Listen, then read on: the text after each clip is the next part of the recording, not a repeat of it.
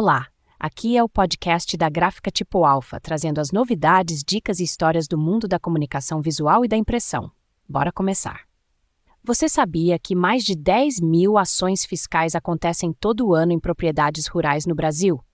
O Ministério do Trabalho e Emprego não avisa antes de chegar, não escolhe só fazenda grande e não aceita "não sabia" como resposta. E um dos itens mais autuados nessas visitas é justamente a sinalização de segurança, ou melhor, a falta dela. A norma que rege tudo isso é a NR 31, em vigor desde 2005 e com atualizações importantes em 2025 e 2026. Ela se aplica a qualquer propriedade rural que tenha trabalhadores, não importa se são 2 empregados fixos num sítio ou uma equipe inteira numa fazenda de 5 hectares de soja. Se existe vínculo de trabalho rural, a norma incide, e quando o fiscal encontra a sinalização inadequada, a multa por item descumprido pode chegar a R$10 mil. Isso sem contar o risco humano real, quando o trabalhador não consegue identificar onde está o perigo.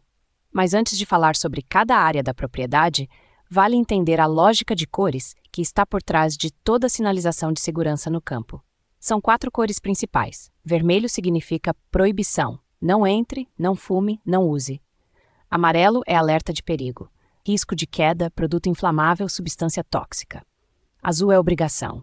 Use o EPI, use máscara, use capacete. E verde é para emergência e segurança. Saída, extintor, kit de primeiros socorros. Dominar essa lógica antes de mandar fazer qualquer placa evita desperdício de dinheiro e garante que o fiscal vai reconhecer a sinalização como válida.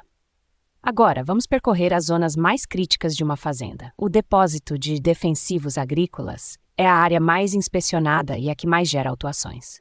O conjunto mínimo de sinalização inclui uma placa amarela de perigo, informando a presença de substâncias tóxicas, uma placa vermelha proibindo o consumo de alimentos e fumo no local, uma placa azul determinando o uso de EPI específico para quem entra, e uma placa verde indicando onde está o kit de primeiros socorros e o ponto de lavagem ocular. Todo esse material precisa resistir à umidade e aos vapores dissolventes, então a escolha do material da placa faz diferença aqui.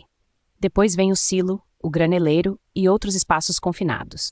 Cisterna, câmara fria, poço, qualquer ambiente com entrada restrita e risco de atmosfera deficiente em oxigênio ou tóxica é classificado como espaço confinado.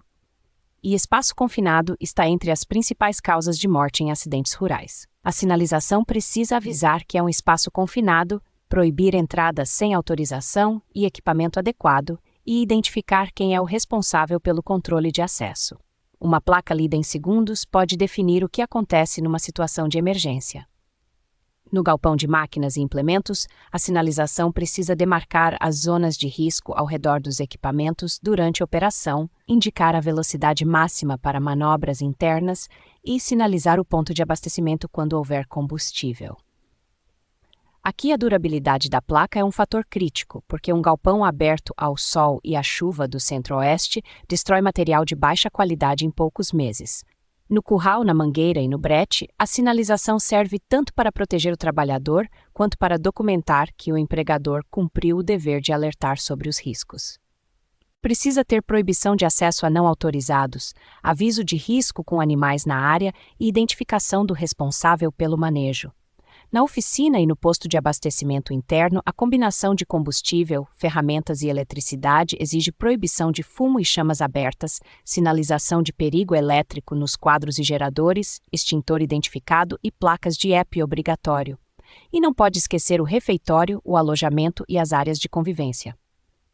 O trabalhador que mora na propriedade precisa saber onde está a saída de emergência, o extintor mais próximo e o kit de primeiros socorros.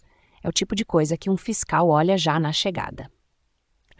Aí chegamos nas 3 mudanças de 2026 que exigem revisão mesmo em quem já tinha sinalização. A primeira é o dimensionamento das placas por distância de visualização. O tamanho mínimo agora depende de até onde a pessoa precisa enxergar a placa. Para áreas externas com visualização a partir de 10 metros, o tamanho mínimo aumentou bastante. Placa pequena demais é, do ponto de vista legal, placa inexistente. E o fiscal mede. A segunda mudança é o índice fotoluminescente nas placas de emergência. Saída de emergência, primeiros socorros, extintor e ponto de encontro agora precisam de acabamento fotoluminescente. Aquele material que absorve luz ambiente e continua emitindo luz mesmo num apagão ou numa situação de fumaça. Em espaço confinado ou incêndio, essa diferença pode definir se o trabalhador encontra a saída ou não. A terceira mudança é a identificação rastreável do fabricante em toda a placa de segurança. A partir de 2026, placas genéricas sem procedência deixam de ser aceitas em fiscalização. O objetivo é garantir que o produto entregue corresponde à especificação técnica da norma. Para quem compra, é também uma garantia de que está recebendo o que foi pedido. Em relação ao material das placas, a escolha certa depende do ambiente. PVC funciona muito bem em ambientes internos e parcialmente protegidos, como depósito de insumos, interior de galpão, refeitório e alojamento.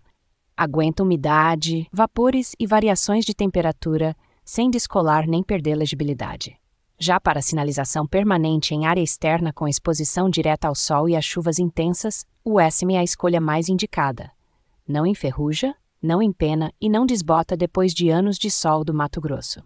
E aí, a conta fica clara. Uma autuação por sinalização inadequada no depósito de defensivos pode gerar multa de R$10 mil, o que paga com folga mais de 40 placas profissionais.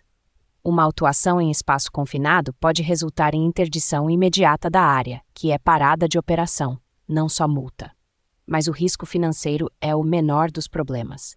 O trabalhador que entra num silo sem saber dos riscos de asfixia ou que acessa o depósito de defensivos sem saber que precisa de máscara, está exposto a algo que nenhum valor ressarce. Sinalizar a propriedade de forma correta não é burocracia, é gestão de risco, de equipe e de patrimônio, tudo junto. Esse foi o podcast da Tipo Alpha de hoje. Se gostou, compartilha com aquele amigo empreendedor. Até a próxima!